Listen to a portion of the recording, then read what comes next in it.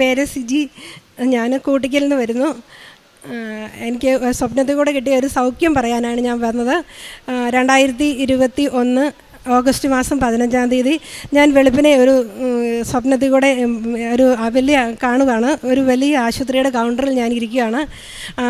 അവിടെ മൂന്നാമതായിട്ടാണ് ഞാൻ നിൽക്കുന്നത്. അപ്പം അകത്തിരുന്ന ആ സിസ്റ്റർ എന്നോട് രണ്ടാമത്തെ ആളിനെ നോക്കിയിട്ട് മൂന്നാമത്തെ ആളാണ് ഞാൻ നോക്കിക്കൊണ്ടിരിക്കുമ്പോൾ എന്നോട് പറയുക, ഇയാൾക്ക് ബ്രെയിനിന് ക്യാൻസർ ആകുന്നൊരു രോഗം ഉണ്ടായിരുന്നു, സുഖപ്പെടുത്തിയിട്ട് പറയാമെന്ന് വെച്ചാൽ പറയാതിരുന്നേ, മാറ്റിയിട്ട് പറഞ്ഞില്ല, ഇയാൾക്ക് ഭയങ്കര പേടിയുള്ള ആളല്ലേ, എല്ലാത്തിനും പേടിയല്ലേ, മാറ്റിയില്ലെങ്കിൽ സുഖപ്പെടുത്താതെ പറഞ്ഞെങ്കിൽ അതുകൊണ്ട് വേറെ എന്തെങ്കിലും ആക്കുവായി കൊണ്ട് മാത്രമാണ് ഇത്രയും താമസിച്ച് പറയാൻ, അല്ലെങ്കിൽ നേരത്തെ പറഞ്ഞേനേന്ന് പറഞ്ഞു. അപ്പം ഞാൻ പറഞ്ഞു, അയ്യോ ഒന്നും അറിഞ്ഞില്ലല്ലോ, ഒന്ന് പ്രാർത്ഥിക്കാൻ പോലും പറ്റിയില്ലല്ലോ എന്ന് പറഞ്ഞേ. അപ്പോൾ എന്നോട് പെട്ടെന്ന് എൻ്റെ മുഖത്ത് നോക്കിയിട്ട് ചിരിച്ചോടെ എന്നോട് പറയുക, ഈ പ്രാവശ്യത്തെ പ്രാർത്ഥന തന്നെ കൂടുതലായിരുന്നല്ലോ, ഇത് തന്നെ ഇച്ചിരി കൂടുതലായിരുന്നല്ലോ, ഇത് വേറെ ലെവലായിരുന്നല്ലോ എന്ന് പറഞ്ഞു. കാരണം ഞാൻ ആ ഓഗസ്റ്റ് 1 തൊട്ട് 15 വരെ നല്ല ഉപവാസത്തിലായിരുന്നു എന്ന് പറഞ്ഞാൽ രാവിലെ ഒന്നും കഴിച്ചില്ല. അത് തന്നെയല്ല, ഒരു അരയ്ക്കാൻ പോലും ഒരു മിക്സിക്കകത്ത് ഇടാതെ അരകല്ലെ അരച്ചു. 15 ദിവസമല്ലേ ഉള്ളതെന്ന് പറഞ്ഞാൽ ആ ത്യാഗം എടുത്തു. അതുപോലെ ഒരു നേരം മാത്രം ഇച്ചിരി കഞ്ഞി കുടിച്ച് ബാക്കി മുഴുവൻ നേരവും പ്രാർത്ഥന തന്നെ. കാരണം ആദ്യമൊക്കെ ഞാൻ ഓർത്തുകൊണ്ടിരുന്നത് എൻ്റെ പിള്ളേർ 2 പേരും, ഒരാൾ ബാംഗ്ലൂർ, ഒരാൾ കോതമംഗലത്തും. അപ്പോൾ 2 പേർക്കും ഈ കോവിഡ് കാലം ആയതുകൊണ്ട് അസുഖമൊന്നും വരല്ലേ എന്ന് പറഞ്ഞാൽ ആ ഒറ്റ പ്രാർത്ഥനയല്ല ഞാൻ ആ ഉപവാസം അത്രയും കഠിനമായിട്ട് എടുക്കാനായിട്ട് തീരുമാനിച്ചതും ഓരോ ദിവസവും അതിൻ്റെ ശക്തി കൂട്ടിയതുമൊക്കെ. പക്ഷേ 2 ദിവസമൊക്കെ ആയപ്പോഴത്തേനും അവരുടെ കാര്യം തന്നെ പറഞ്ഞുകൊണ്ടിരുന്നത്. എനിക്ക് 2 ദിവസം മുമ്പ് തൊട്ട് ഒരു ഭയങ്കര തലവേദന ഉണ്ടായിരുന്നു. നെറ്റിക്ക് ഒരു ഭയങ്കര വേദന വന്നു. ഒരിക്കലും തലവേദന ഇല്ലാത്ത ആളായതുകൊണ്ട് ഞാൻ ഈ തലവേദന വന്നപ്പോൾ ഒരു വേറൊരു ലെവൽ തലവേദനയായിരുന്നു. ഭിത്തിയിലങ്ങ് മുട്ടിച്ച് വെച്ചിട്ടും എനിക്ക് അങ്ങോട്ട് മാറുന്നില്ല. അതുപോലെ 2 മിനിറ്റ് നേരെ ഉള്ളൂ. പക്ഷേ അത് കഴിയുമ്പോൾ കുറച്ച് ക്ഷീണമോ ഒരു വല്ലാത്ത അവസ്ഥയൊക്കെ ഉണ്ടായിരുന്നു. അത് പിന്നെ അങ്ങ് പോകും. അത് കഴിഞ്ഞ് അങ്ങനെ 2 പ്രാവശ്യം വന്നു. പിന്നെ കാലിന് ഭയങ്കരമായിട്ടൊരു കോച്ച് പോലെ അതും കുറച്ചുണ്ടായിരുന്നു. അത് കുറച്ച് കൂടിപ്പോയി അത് 2 ദിവസമൊക്കെ കഴിഞ്ഞപ്പോൾ. അപ്പം ഞാൻ പെട്ടെന്ന് അവിടെ ഇരുന്ന് പ്രാർത്ഥിക്കുമ്പോൾ എനിക്കൊരു വിഷമമുണ്ട്, ഇനി എന്നേലും വരാനാണോ എന്നൊരു തോന്നലുണ്ട്. അപ്പോൾ അതിനിടയ്ക്കാണ് എൻ്റെ പെങ്കൊച്ചിൻ്റെ അമ്മ ഒരു സ്റ്റാറ്റസ് ഇട്ടിട്ടുണ്ട്, ഒരു 18 വയസ്സുള്ള പയ്യൻ മരിച്ചതിൻ്റെ ഒരു സ്റ്റാറ്റസ് ഇട്ടിരിക്കുന്നത്. അപ്പം ഞാൻ ചോദിച്ചു, ഈ കൊച്ചിന് എന്നാ പറ്റിയെന്ന് ചോദിച്ചു. അപ്പോൾ അവൾ എന്നോട് പറയുക, എൻ്റെ സിജിയമ്മേ, അവന് ബ്രെയിനിന് ക്യാൻസർ ആയിരുന്നു, അറിഞ്ഞില്ല, ലാസ്റ്റ് സ്റ്റേജിൽ അറിഞ്ഞ് 1 മാസമായതേ ഉള്ളൂ അറിഞ്ഞിട്ട്. കാരണം ഇവന് ലക്ഷണങ്ങളൊന്നും ഇല്ലായിരുന്നു, നല്ല മിടുക്കനാണ്, എല്ലാ കാര്യത്തിലും ഓടി പാഞ്ഞ് നടക്കുന്ന ആളാണ്. അപ്പോഴത്തേനും അവന് എന്നാ ചോദിച്ചെന്ന് ചോദിച്ചാൽ തലവേദന വന്നപ്പോൾ അവന് ഭിത്തിയെ മുട്ടിച്ച് വെച്ചു. അപ്പോൾ ആ മുട്ടിച്ച് വെച്ചപ്പം വേദന കുറയാഞ്ഞിട്ട് അവന് കാല് വാഷ് ബേസിലോട്ട് മുട്ടി അമർത്തി പിടിച്ചപ്പം അത് അടന്ന് വീണ് കാലൊടിഞ്ഞു. അപ്പം അതിൻ്റെ ബ്ലഡ് ടെസ്റ്റ് ചെയ്ത് ഓപ്പറേഷൻ ചെയ്യാനായിട്ട് ബ്ലഡ് ടെസ്റ്റ് ചെയ്തപ്പോഴത്തേനാണ് ക്യാൻസർ ഉണ്ടെന്ന് അറിഞ്ഞത്. അപ്പോൾ എനിക്ക് ഈ തലവേദന ഉണ്ടായല്ലോ എന്ന് ഓർത്തപ്പോൾ എനിക്കും ഇത് ഉണ്ടായല്ലോ എന്ന് ഓർത്ത് അങ്ങനെ ഒരു സാഹചര്യം കേട്ടു. അപ്പോൾ ഇതെനിക്ക് ഉണ്ടായല്ലോ എന്ന് ഓർത്തപ്പോൾ എനിക്കൊരു പേടി വന്നു. അതിലൂടെ 2 ദിവസം കഴിഞ്ഞപ്പോൾ ഞാൻ പ്രാർത്ഥിച്ചുകൊണ്ടൊക്കെ ഇരിക്കുമ്പോൾ എൻ്റെ കൊച്ചു വീട്ടിൽ വന്നിട്ടുണ്ടായിരുന്നു അവധിക്ക്. അപ്പോൾ അവൻ പറഞ്ഞു, അമ്മച്ചി, ചേട്ടൻ്റെ ചേച്ചിക്ക് ബ്രെയിനിന് ട്യൂമറായിരുന്നു. അപ്പോൾ കാലിന് ചെറുതായിട്ട് കോച്ച് പിടിക്കാൻ തുടങ്ങിയപ്പോൾ അവർ ഈ കുഴപ്പമൊന്നും തേച്ചിരിക്കാതെ പെട്ടെന്ന് തന്നെ ഹോസ്പിറ്റലിൽ പോയി ന്യൂറോയെ കണ്ടപ്പോഴത്തേനും ആ ഡോക്ടർ പറഞ്ഞു ബ്രെയിൻ ട്യൂമറാണ്, പെട്ടെന്ന് ഓപ്പറേഷൻ ചെയ്യണമെന്ന് പറഞ്ഞു. അപ്പോൾ അത് ശ്രീജിതരായി കൊണ്ടുപോയി ഓപ്പറേഷൻ ചെയ്തപ്പോൾ ഇവൻ കൂടെ ഉണ്ടായിരുന്നു. അപ്പോൾ അവൻ പറയുമായിരുന്നു, അമ്മച്ചി ഇത് അറിഞ്ഞുകൊണ്ട് മാത്രമാണ് ഇതിങ്ങനെ ഒരു സിഗ്നൽ ഇല്ലാത്ത സാധനമാണെന്നൊക്കെ പറഞ്ഞു. അപ്പോൾ എനിക്ക് ഈ കോച്ച് ഉണ്ടല്ലോ എന്ന് ഓർത്ത് ഞാൻ പെട്ടെന്ന് അവനോട് പറഞ്ഞപ്പോൾ അവൻ പറയുക, അമ്മച്ചി അതൊന്നും സാരമില്ല, അത് തണുപ്പിൻ്റെ ആണെന്നൊക്കെ പറഞ്ഞു. പക്ഷേ ഇതെൻ്റെ മനസ്സിൽ കിടപ്പുണ്ട്. പക്ഷേ അതുകൊണ്ട് ഞാൻ 2 ദിവസം കഴിഞ്ഞപ്പോൾ എൻ്റെ കാര്യം മാത്രം പറഞ്ഞ് എനിക്ക് എന്നേലും വന്നാൽ മാറ്റിയിട്ട് എന്നോട് പറയാവുള്ളൂ, എനിക്ക് അപ്പടി പേടിയാണ്, എനിക്ക് സൂചി കാണും പേടിയാണ്, 2 വാക്സിൻ എടുത്ത കാര്യം എനിക്ക് മാത്രമേ അറിയത്തുള്ളൂ, സൂചി എനിക്ക് ഭയങ്കര പേടിയാണ്. അപ്പോൾ എനിക്ക് ഒരു ആശുപത്രിയിൽ കയറാനും പേടിയായതുകൊണ്ട് ഞാൻ അത് തന്നെ പറഞ്ഞ് നോയമ്പ് ഉപവാസവും അതിൻ്റെ കൂട്ടത്തിൽ അഖണ്ഡ ജപമാല ചെല്ലുമ്പോൾ ഇത് മാത്രമേ ഞാൻ പറയുന്നുള്ളൂ, എന്നേലും ഉണ്ടേ മാറ്റിയിട്ടേ പറയാവുള്ളതെന്ന്. അപ്പം 15 ദിവസത്തിനിടയ്ക്ക് ഞാൻ 2 വചനം ഈശോയോട് ചോദിച്ചു. ആദ്യം ഒരെണ്ണം ചോദിച്ചപ്പം തൻ്റെ ദൈവത്തിൽ ആശ്രയിച്ചത് കൊണ്ട് അവനൊരു പോറൽ പോലും ഏറ്റതായി കണ്ടില്ല എന്ന് പറഞ്ഞ് അത് കണ്ടു. അത് പെട്ടെന്ന് ഞാൻ എഴുതി തീർത്തു. അന്നേരം ഒരു 7 ദിവസം ആയതേ ഉള്ളൂ. അപ്പം ഞാൻ ഓർത്തുനിന്ന് ഒരെണ്ണം കൂടി ചോദിക്കാമെന്ന് ഓർത്തുകൊണ്ട് ചുമ്മാ പെട്ടെന്ന് കിട്ടിയതാണ്, അവൻ നിൻ്റെ വഴി ഒരുക്കുന്നത്. അപ്പം ഞാൻ പെട്ടെന്ന് അതുകൂടെ എഴുതി. അപ്പം ഇതും ഉണ്ട്. പിന്നെ അഖണ്ഡ ജപമാല 16 ദിവസം ചൊല്ലി 16,000 നന്മ പറഞ്ഞവരെയും ചൊല്ലി. ഇതെല്ലാം കാഴ്ചവെച്ച് ഇതിന് വേണ്ടിയാണ് എനിക്ക് എന്നേലും ഉണ്ടേ മാറ്റിയിട്ട് പറയണേ. അത് മാത്രമേ എൻ്റെ പ്രാർത്ഥന. അത് കഴിഞ്ഞ് തലേ ദിവസം എല്ലാം തീർത്ത് ഭക്ഷണമൊന്നും കഴിച്ചിട്ടില്ല. പിറ്റേ ദിവസം മാതാവിനെ കാണണമെന്ന് ഓർത്ത് നന്നായിട്ട് ഒരുങ്ങി എല്ലാ കാര്യങ്ങളും തീർത്ത് വെച്ച് പിറ്റേ ദിവസം ഇങ്ങനെ മാതാവിന് വേണ്ടി മാത്രം പ്രതീക്ഷിച്ച് ഓഗസ്റ്റ് 15 ഇരിക്കുക. ഉടമ്പടി എടുത്തതിന് ശേഷമാണ് കേട്ടോ 15 നോയമ്പ് ഭയങ്കരമായിട്ട് കർശനമായിട്ട് എടുക്കുകയും നല്ല ത്യാഗത്തോടെ എടുക്കുകയും ഉപവാസം എടുക്കുകയും ഒക്കെ ചെയ്തത്. അപ്പോൾ ഈ കാലിന് കോച്ച് വന്നപ്പോൾ ഞാൻ പെട്ടെന്ന് ഉടമ്പടി തൈലം തേച്ചായിരുന്നു. എന്നതാണെങ്കിലും മാറ്റി തരണേ, അത് മാത്രമേ ഉള്ളൂ പ്രാർത്ഥന. നെറ്റിയിലും തേക്കും. വേദന വന്നതുകൊണ്ടും പിന്നെ ഒരു പേടി കൊണ്ടും നെറ്റിയിൽ ഉടമ്പടി തൈലം എപ്പോഴും തേച്ചേച്ച് വിശ്വാസ പ്രമാണം ചെല്ലുകയും പ്രത്യക്ഷീകരണ പ്രാർത്ഥന ചെല്ലുകയും ചെയ്യും. അത് ഈ കൊന്ത ചെല്ലുന്നതിനിടയ്ക്കും ഓരോ രഹസ്യം തീർന്നിട്ട് ഒരു പ്രത്യക്ഷീകരണ പ്രാർത്ഥന ചെല്ലും. അതിനിടയ്ക്ക് വീന്ന് യോഗം തന്നെ പറച്ചിലാണ്. അത് കഴിഞ്ഞ് പിറ്റേ ദിവസം ഞായറാഴ്ചയാണ്. അപ്പം ഓഗസ്റ്റ് 15 പള്ളി രാവിലെ പോകുന്നുണ്ടോ എന്ന് ചോദിച്ചപ്പോൾ ഞാൻ പറഞ്ഞു ഞാൻ രാവിലെ പോകുമെന്ന് പറഞ്ഞു. രാവിലെ എത്രയും പെട്ടെന്ന് പോകണമെന്നുള്ളതാണ്, പള്ളി പോകണമെന്നുള്ളതാണ് എൻ്റെ ആഗ്രഹം. പക്ഷേ വിളിച്ചില്ലേ ഞാൻ ഏക്കില്ല. അതുകൊണ്ട് എന്നോട് പറഞ്ഞു തന്നെ ഏറ്റാ പോകോളാൻ പറഞ്ഞു. ഞാൻ തന്നെ ഏറ്റില്ലെന്ന് തന്നെയല്ല. 6 മണിയായപ്പോൾ ഞാനൊരു സ്വപ്നം കണ്ടു. 5:30 പ്രാർത്ഥന അന്ന് ആദ്യമായിട്ട് മുടങ്ങി കണ്ടത്. ഞാനൊരു ആശുപത്രിയുടെ വലിയ കൗണ്ടറിൽ നിൽക്കുവാണ്. അപ്പോൾ ഇത്രയും കാര്യങ്ങൾ വന്നത് എന്ന് വെച്ചാൽ ഈ ഞാൻ പറഞ്ഞില്ല മുമ്പേ പറഞ്ഞ കാര്യങ്ങൾ. ആശുപത്രിയിൽ പിന്നെ എന്നോട് ബ്രെയിനിന് ക്യാൻസർ ഉണ്ടെന്ന് പറഞ്ഞത്. അപ്പം ഞാൻ ഇങ്ങനെയൊക്കെ ചോദിച്ചത് ഈ വലിയ ഉപവാസവും നോയമ്പുമായിരുന്നല്ലോ, ഇതുകൊണ്ട് ഇത് തന്നെ ഇച്ചിരി കൂടുതലായിരുന്നല്ലോ എന്ന് പറഞ്ഞില്ലേ. അതിൻ്റെ കാരണമാണ് ഞാൻ പറഞ്ഞത് ഇത്രയും നേരം. അത് കഴിഞ്ഞിട്ട് ഞാൻ സൂചി കണ്ടാൽ പേടിയാണ്. ഞാൻ ഇങ്ങനെ ചോദിച്ചു, എന്നാലും ഞാൻ പ്രാർത്ഥിക്കുക എന്നെ ഇച്ചിരി മിച്ചം ഉണ്ടെങ്കിൽ ഒന്ന് ടെസ്റ്റ് ചെയ്ത് നോക്കാമെന്ന് പറഞ്ഞപ്പം എന്നോട് ചോദിക്കുക സൂചി കണ്ടാൽ പേടിയുള്ള ആളുടെ എവിടെയാണ് ടെസ്റ്റ് ചെയ്യുന്നത്, വേഗം വീട്ടിൽ പോകുമോ, ടെസ്റ്റ് ഒന്നും ചെയ്യണ്ട, എല്ലാം മാറ്റി സുഖപ്പെടുത്തി സൗഖ്യമാക്കി എന്ന് എന്നോട് 6 പ്രാവശ്യം പറഞ്ഞു. അത് കഴിഞ്ഞിട്ട് ഞാൻ പിന്നെ അവിടെ നോക്കി നിന്നപ്പം മേശയിലൊക്കെ പിടിച്ചതിന് എനിക്ക് പെട്ടെന്ന് സാനിറ്റൈസർ തന്നു. കോവിഡ് കാലമല്ലേ, അതുകൊണ്ട് ഒരിടത്തും പിടിച്ചേക്കല്ല, വേഗം വീട്ടിൽ പോയി റെസ്റ്റ് എടുത്താൽ മതി എന്ന് പറഞ്ഞു. ഞാൻ അത് എന്നിട്ടും പിന്നെയും വിഷമിച്ചും വെപ്രാളപ്പെട്ട് അവിടെ നിൽക്കുക. അന്നേരം 2-3 പേരുടെ ചീട്ടും കൂടെ എഴുതിയിട്ട് എൻ്റെ അടുത്ത് വന്നു. അന്നേച്ച് പെട്ടെന്ന് എന്നോട് പറയുക ഇതുവരെയും പോയില്ലെന്ന് ചോദിച്ചപ്പോഴേ ഞാൻ ഒരു തടയും കൂടെ ഇറങ്ങി. എന്നിട്ട് എന്നോട് ഒത്തിരി സമാധാനമായിട്ട് പറഞ്ഞു ഇനി ഒരിടത്തും പോകണ്ട, ഒരു ആശുപത്രിയിലും പോകണ്ട, ഒരിടത്തും കയറിയേക്കൽ, വീട്ടിൽ പോയി കിടന്നുറങ്ങിയാൽ മാത്രം മതിയെന്ന് പറഞ്ഞ് ഉറങ്ങുക, ഭക്ഷണം കഴിക്കുക, ആരോഗ്യം വീണ്ടെടുക്കുക, അത്രയേ ഉള്ളെന്ന് പറഞ്ഞു. ഇനി ഇതിനെക്കുറിച്ച് മാത്രം പേടിക്കേണ്ട, ഇതൊന്നുമില്ല, ഇത് പൂർണ്ണമായിട്ടും പോയെന്ന് പറഞ്ഞു.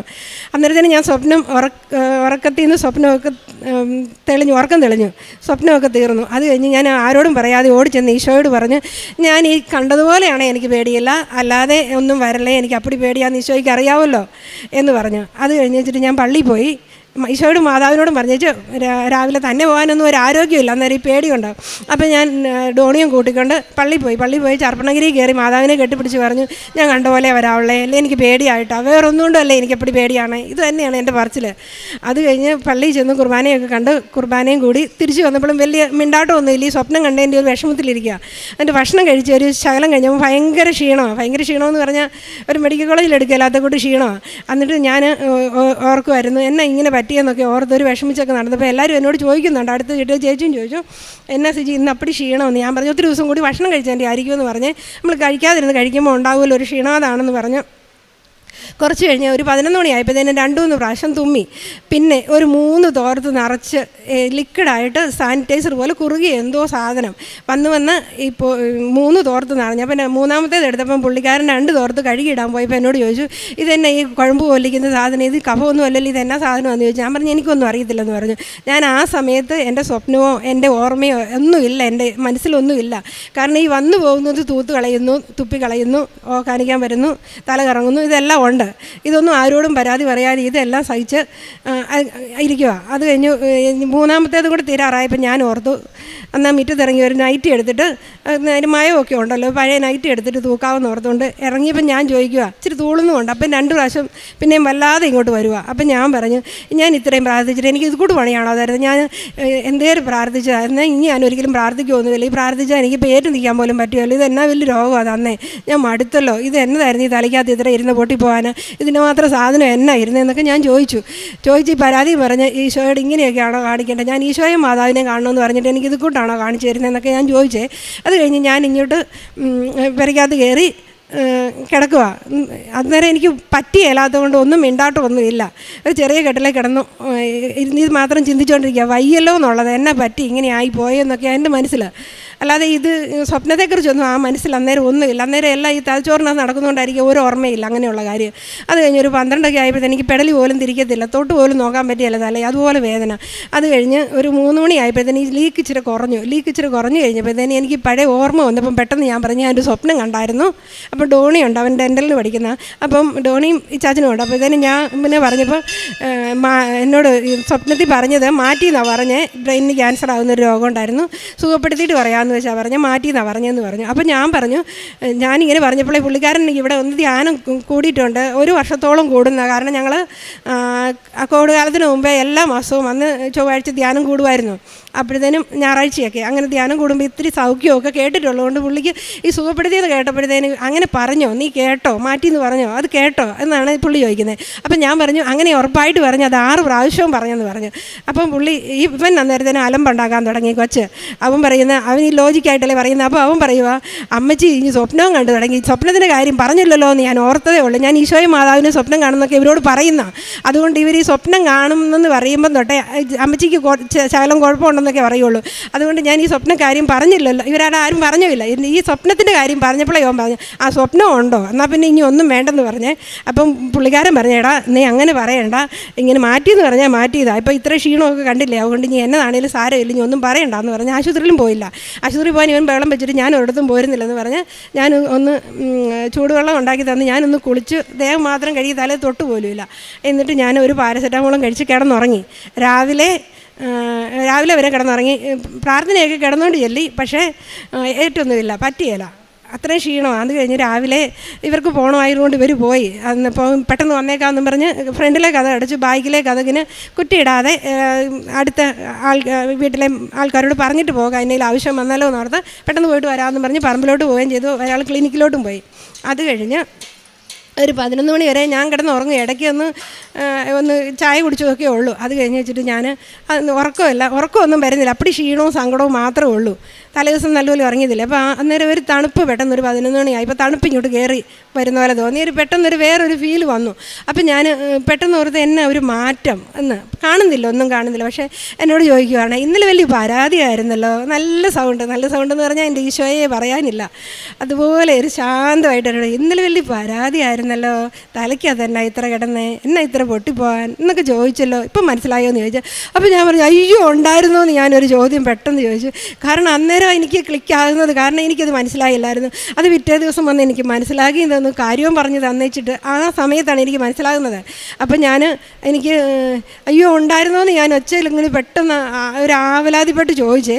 അപ്പം പറഞ്ഞു, ഉണ്ടായിരുന്നു, പൂർണ്ണമായിട്ട് മാറ്റി, ഇനി കിടന്നാൽ മതി കേട്ടോ, റെസ്റ്റ് എടുത്ത് ഭക്ഷണമൊക്കെ കഴിച്ച് സുഖമായിട്ടിരുന്നാൽ മതി, ഒരാശുപത്രിയിലും പോകണ്ടെന്ന് എന്നോട് എത്ര തവണ പറഞ്ഞെന്ന് എനിക്കറിയത്തില്ല. തലേ ദിവസം ഒത്തിരി പ്രാവശ്യം പറഞ്ഞു, ഇവിടെ എങ്ങും നിൽക്കില്ല, ഇനി ഒരിടത്തും പോകല്ലെന്ന്. അതുപോലെ പിറ്റേ ദിവസം കണ്ടപ്പം പറഞ്ഞു, ഇനി ഒരിടത്തും പോകേണ്ട, കോവിഡ് കാലം, ഇറങ്ങി നടക്കരുത്, വീട്ടിൽ ഇരുന്ന് റെസ്റ്റ് എടുത്താൽ മതി, ഈ ക്ഷീണവും ഇപ്പോഴുള്ള പ്രതിരോധ ശേഷിയൊക്കെ വന്നോളും, ഇനി റെസ്റ്റ് മാത്രം മതി, അത് മാത്രമേ എന്നോട് പറഞ്ഞുള്ളൂ. അത് കഴിഞ്ഞിട്ട് എന്നോട് ചോദിച്ചു, എനിക്ക് കാലിനപ്പടി കോച്ചാന്ന് പറഞ്ഞില്ലേ, കാലെടുക്കാൻ പറ്റില്ലാത്ത കോച്ചായിരുന്നു. അപ്പം എന്നോട് ചോദിക്കുക, ഈ കാലിൻ്റെ കോച്ച് പോയോന്നൊന്ന് നോക്കാൻ പറഞ്ഞു. ഞാൻ ഇപ്പോൾ എടുത്തിട്ട് എൻ്റെ കാല് ഇങ്ങനെ പറിക്കത്തില്ലാത്ത ഞാൻ ഇങ്ങനെ എടുത്ത് കോച്ച് നോക്കിയിട്ടും കോച്ചുന്നില്ല. അയ്യോ അതും പോയോന്ന് ഞാൻ ഇച്ചിരി ആവലാതി വിട്ട്, ഞാൻ ഭയങ്കര സന്തോഷമുണ്ട്, എന്നാ ഒരു അവസ്ഥയാണെന്ന് പറയാൻ അറിയത്തില്ല, അതുപോലെ ചോദിക്കുക, അയ്യോ അതും പോയോന്ന്. അപ്പോൾ എന്നോട് പറയുകയാണ്, അതും പോയെന്ന് പറഞ്ഞൊരു ചിരി.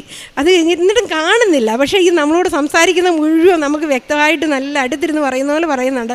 അത് കഴിഞ്ഞ് ഞാൻ അതും പോയല്ലോ എന്ന് ഓർത്തപ്പം എനിക്ക് അന്നേരം നന്നായിട്ട് മനസ്സിലായി, ഇത്രയും പോയ കാര്യമല്ല എൻ്റെ മനസ്സിൽ കൂടെ പെട്ടെന്ന് അങ്ങ് ഓടി വന്ന് തലേദിവസം നടന്നതും മുഴുവൻ ഞാൻ ചോദിച്ചതും ഞാൻ മുറ്റത്തിറങ്ങിയപ്പോൾ പരാതി പറഞ്ഞതും എല്ലാം എൻ്റെ മനസ്സിലോട്ട് വന്നപ്പോൾ എനിക്ക് ഭയങ്കരമായിട്ട് വിഷമം വന്നേ. എനിക്ക് സങ്കടം കൊണ്ടൊന്നും മേല. അന്നേരം എന്നോട് തോന്നി, എനിക്ക് സങ്കടപ്പെട്ടൊന്നും ഉണ്ടാക്കണ്ട, അവരൊക്കെ വരുമ്പോഴത്തേനും കാര്യം പറഞ്ഞാൽ മതി, സമാധാനമായിട്ടിരുന്നു എന്നും പറഞ്ഞ് ഒത്തിരി സമാധാനിപ്പിച്ചേച്ച് പോയി.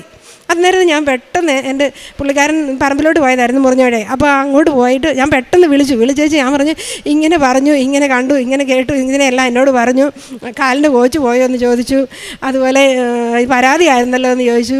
എന്നേരം പുള്ളിക്കാരനും പെട്ടെന്ന് മൊത്തം കാര്യം മനസ്സിലായേ. അന്നേരം ഞാൻ പെട്ടെന്ന് വന്നേ, കഴിഞ്ഞ് പേടിക്കൊന്നും വേണ്ടല്ലോ, ഇപ്പം സംഗതിയുടെ തെളിവും കൂടെ കിട്ടിയില്ല, ഇനി പേടിക്കണ്ടല്ലോ എന്നൊക്കെ പറഞ്ഞ് ഒരു ഭയങ്കര സമാധാനം. പക്ഷേ എന്നാലും നമുക്കൊരു രോഗം ഉണ്ടെന്ന് പറയുമ്പോൾ നമുക്കൊരു സ്തംഭനാവസ്ഥയാണെന്ന് പറഞ്ഞാൽ നമുക്ക് ഭയങ്കര പേടി. പക്ഷേ ഇത് ഭയങ്കര വിഷമമാണ്.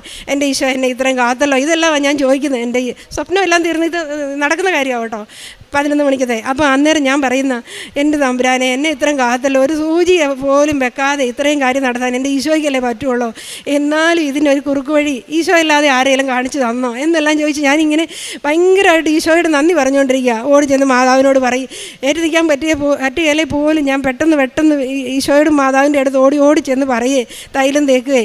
അത് കഴിഞ്ഞ് ഉടമ്പടി പത്രം എടുത്ത് ഞാൻ നോക്കുന്നുണ്ട്. ഞാൻ ഉടമ്പടി എന്നിട്ട് ഞാൻ ഇതിനിടയ്ക്ക് പറയുന്നുണ്ടായിരുന്നേ, തലേ ദിവസം ഞാൻ ഈ കൊന്ത ചെല്ലുമ്പം പറയുന്നുണ്ടായിരുന്നു, ഞാൻ ഉടമ്പടി എടുത്തതാ, എനിക്ക് എന്നേലും വന്നാൽ മാറ്റുമെന്ന് എനിക്കറിയാം, എനിക്കൊന്നും എന്നാ വന്നാലും പേടിക്കണമെന്നറിയാം, പക്ഷേ എനിക്ക് ഈ സൂചി പേടിയായതുകൊണ്ട് എന്നെ നോക്കണം, നേരത്തെ എന്നോട് മാറ്റിയിട്ടേ പറയാവുള്ളൂ. ഇത് മാത്രമേ എൻ്റെ പ്രാർത്ഥനയും പറച്ചിലുണ്ടായിരുന്നു. അത് തമ്പുരാൻ നല്ലപോലെ കേട്ടു. പിന്നെ ഞാൻ ഇന്ന് വരെ ചോദിച്ചത് ഒന്നും തരാതിരുന്നിട്ടില്ല.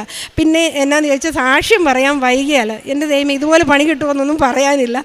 കാരണം എന്നാന്ന് ചോദിച്ചാൽ കൊച്ചിൻ്റെ ക്ലിനിക്കിന് വേണ്ടി ഞങ്ങളിവിടെ വന്ന് പറഞ്ഞ് അച്ഛനോട് പറഞ്ഞ് മേടിച്ച് ഡേറ്റൊക്കെ പറഞ്ഞ് കറക്റ്റായിട്ട് നടന്നു. പക്ഷേ സാക്ഷ്യം വരാൻ പറ്റിയില്ല. എല്ലാവരും കൂടെ വരാൻ ഒരിക്കലും ഒക്കുന്നില്ല, അവർ ബാംഗ്ലൂർ ആയതുകൊണ്ട്.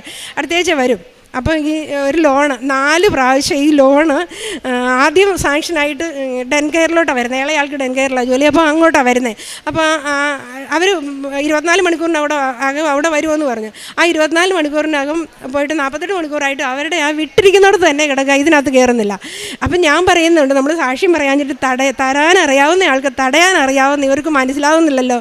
എൻ്റെ ഈശോയെ പരിശുദ്ധാത്മാവിനെ കൊടുക്കണേ. ഞാനൊരു 2 മാസമായിട്ട് ഒറ്റക്കാരിയെ ചോദിക്കുന്നുള്ളൂ, ഈശോയെ പരിശുദ്ധാത്മാവിനെ എല്ലാവർക്കും കൊടുത്താലേ കാര്യം മുന്നോട്ട് പോവുള്ളൂ, എന്നാലേ വിവേചിച്ചറിയാൻ പറ്റുള്ളൂ. എനിക്ക് മനസ്സിലായിട്ട് എന്നോട് മനസ്സിലാക്കി തന്നിട്ട് ഒരു കാര്യമില്ല, ഞാൻ പറയുമ്പോൾ ആരും വിശ്വസിക്കത്തില്ല എന്ന് പറഞ്ഞ് അത് കഴിഞ്ഞിട്ട് 2ാം പ്രാവശ്യം അവർ പിന്നെയും വിട്ടു. അത് 19-ാം തീയതി 20-ാം തീയതി വരേണ്ടതാണ്. ആദ്യത്തേതിന് ഏതാണ്ട് ഒരു GST പ്രശ്നം പറഞ്ഞു, അത് തടസ്സം, അത് പിന്നെ നോർമലാന്ന് ഓർക്കാമെന്ന് അങ്ങനെ വെച്ച്. 2ാമത്തെ പ്രാവശ്യം സെർവർ ബ്ലോക്ക് വന്നിട്ട് 26-ാം തീയതി ആയിട്ട് പോലും ബാങ്കിൻ്റെ ഒരു പ്രവർത്തനം പോലും നടക്കുന്നില്ല, എല്ലാവരുടേതും കൂടെ അങ്ങ് ബ്ലോക്കായി.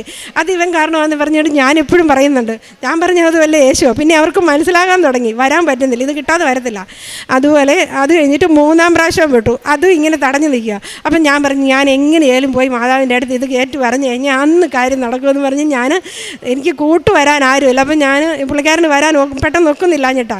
അപ്പം ഞാൻ ഈശോയോട് പറഞ്ഞു, എനിക്കൊരു കൂട്ട് മാതാവേ, എനിക്കൊരു കൂട്ട് കാണിച്ചു തരണം. ഞാൻ അയൽവക്കത്തെ ചേച്ചിമാരോടൊക്കെ ചോദിച്ചിട്ട് അവർക്ക് ഈ സമയത്ത് നമുക്ക് പെട്ടെന്ന് രാവിലെ വരാൻ പറ്റത്തില്ലല്ലോ, അവർക്കൊന്ന് അറേഞ്ച് ചെയ്യണ്ടേ. അതുകൊണ്ട് അവർക്ക് 2 ദിവസം കഴിയട്ടെ എന്നാണ് പറയുന്നത്. അപ്പോൾ ഞാൻ പറഞ്ഞപ്പോൾ എന്നോട് ലിബിന്ന് കാണിച്ചപ്പോൾ ഞാൻ ഓർത്തു ആരാ. അത് കഴിഞ്ഞ് പിന്നെ അത് പെട്ടെന്ന് അവനെ വീട്ടിൽ വിളിക്കുന്ന പേര് കൂടെ മനസ്സിലാക്കി തന്നെ. അപ്പം ഞാൻ രാവിലെ ചോദിച്ചപ്പോൾ ഇന്നലെ എന്തോ പരിപാടിയുണ്ട്, ഇന്ന് രാവിലെ പോകാമെന്ന് പറഞ്ഞു. അപ്പം ഇന്ന് പുള്ളിക്കാരൻ പറഞ്ഞു ഞാൻ വരാമെന്ന് പറഞ്ഞു. ഞാൻ ഇല്ല, ഈ മാതാവിനോട് ഞാൻ ചോദിച്ചപ്പോൾ ലിബിനെ എനിക്ക് കിട്ടിയത്, അതുകൊണ്ട് ഞാൻ അവനെയും കൂട്ടിയേ പോകുന്നുള്ളൂ, അവനിവിടെ വരണം എന്ന് പറഞ്ഞ് ഞാൻ കൂടിക്കൊണ്ട് വന്നാൽ. പിന്നെ ചോദിച്ചതെല്ലാം കിട്ടുമെന്ന് പറഞ്ഞാൽ നമ്മൾ സാക്ഷ്യം പറയാൻ താമസിക്കല്ലോ. ഞാനിവിടെ സാക്ഷ്യം പറയാൻ വന്ന് മടുത്തു. കാര്യം എന്താണെന്ന് വെച്ചാൽ നമ്മുടെ സാക്ഷ്യത്തിന് ഭയങ്കര പവറുണ്ടെങ്കിൽ അതൊന്ന് പറഞ്ഞു പഠിപ്പിക്കണമെന്നുണ്ടെങ്കിൽ അത് എല്ലാം കൃത്യമായിട്ടായിരിക്കണം. അതുകൊണ്ടാണ് എനിക്കതങ്ങ് സാധിക്കാതെ വന്നത്. എല്ലാവരും കൂടെ വന്ന് അടുത്ത ആഴ്ച പറയും. ഈശോയ്ക്കും അമ്മയ്ക്കും ഒത്തിരി നന്ദി. കാരുണ്യപ്രവൃത്തി എന്ന് പറഞ്ഞാൽ ഞാൻ പത്രം കൊടുക്കുന്നത് തന്നെയല്ല, എന്നെക്കൊണ്ട് പറ്റുന്നതെല്ലാം ചെയ്യും. അതുപോലെ ഡ്രസ്സൊക്കെ കളക്ട് ചെയ്ത് കൃത്യമായിട്ട് എത്തിക്കേണ്ടടുത്ത് എല്ലാവരുടെയും ഡ്രസ്സുകൾ, നമ്മുടെ വീട്ടിലെ ഡ്രസ്സ് തന്നെയല്ല, നല്ല ഒട്ടും കുഴപ്പമില്ലാതെ 1 2 ഒക്കെ ഇട്ട് വെച്ചിട്ട് ഡ്രസ്സ് നന്നായിട്ട് എന്ന് വെച്ചാൽ ഇപ്പം പിള്ളേരൊക്കെ അധികം ദൂരോട്ടൊന്നും പോകുന്നില്ലല്ലോ. അപ്പോൾ അങ്ങനെ നല്ല ഡ്രസ്സ് തന്നെ കളക്ട് ചെയ്ത് കൃത്യമായിട്ട് അത് എത്തിക്കേണ്ടടുത്ത് എത്തിക്കും. വർഷങ്ങൾ ആയിട്ട് എത്തിക്കുന്നുണ്ട്. പിന്നെ എൻ്റെ പത്രം തന്നെയല്ല, എവിടെ പത്രം കണ്ടാലും ഞാനത് എടുത്തുകൊണ്ട് പോവുകയും ചെയ്യും. അത് ഞാൻ എവിടെയെങ്കിലും പോകുമ്പോൾ പത്രവും ഉപ്പും എൻ്റെ കയ്യിലുണ്ട്. പിന്നെ കാശുരൂപം എപ്പോഴും കയ്യിൽ കാണും, അത് ആവശ്യമുള്ളവർക്ക് എല്ലാം കൊടുക്കും. ഞാൻ ഇവിടെ വന്ന് സാക്ഷ്യം പറയാൻ പറ്റിയില്ലെങ്കിൽ ഞാൻ ഒരാളെ കണ്ടാൽ അവരെ എങ്ങനെയെങ്കിലും പിടിച്ച് നിർത്തി 1/2 മണിക്കൂർ ഇതെൻ്റെ കാര്യം മൊത്തം പറഞ്ഞിട്ടേ വിടുകയുള്ളൂ. അങ്ങനെ ഒരുപാട് പേര് ഇവിടെ വന്ന് ഉടമ്പടി എടുത്തിട്ടുണ്ട്. ഓരോ ആവശ്യം വരുമ്പോൾ അവർ പെട്ടെന്ന് ഓർക്കുകയും പ്രാർത്ഥിക്കണമെന്ന് പറയുകയും ചെയ്യും. ഇതെല്ലാം കാര്യങ്ങളും നടക്കുന്നുണ്ട്. എല്ലാം സാധിച്ചു തന്ന അമ്മയ്ക്ക് ഈശോയ്ക്ക് ഒത്തിരി നന്ദി. അപ്പോസ്തല പ്രവർത്തനങ്ങൾ 2:17 അവസാന ദിവസങ്ങളിൽ എല്ലാ മനുഷ്യരുടെയും മേൽ എൻ്റെ ആത്മാവിനെ ഞാൻ വർഷിക്കും. നിങ്ങളുടെ പുത്രന്മാരും പുത്രിമാരും പ്രവചിക്കും. നിങ്ങളുടെ യുവാക്കൾക്ക് ദർശനങ്ങളുണ്ടാവും. നിങ്ങളുടെ വൃദ്ധന്മാർ സ്വപ്നങ്ങൾ കാണും. സിജി സെബാസ്റ്റ്യൻ എന്ന ഈ സഹോദരി തൻ്റെ ഉടമ്പടി ജീവിതത്തിൽ ലഭിച്ച രോഗസൗഖ്യത്തിൻ്റെ ദൈവാനുഭവമാണ് നമ്മുടെ മുമ്പിൽ ഈ എൽത്താരയിൽ പങ്കുവച്ചത്. ഉടമ്പടി എടുത്ത് 12 തവണ പുതുക്കിയ സഹോദരിയാണ്.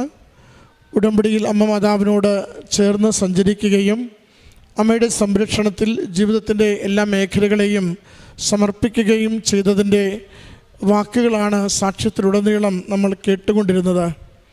മരിയൻ ഉടമ്പടി ജീവിതത്തിൻ്റെ പ്രത്യേകതയാണ് അമ്മയുടെ സാന്നിധ്യാനുഭവം. അമ്മയുടെ സന്ദേശങ്ങളിലൂടെ നമ്മുടെ ജീവിതത്തിൻ്റെ ഓരോ കാര്യങ്ങൾക്കും അമ്മ സഹായിക്കുന്നത്.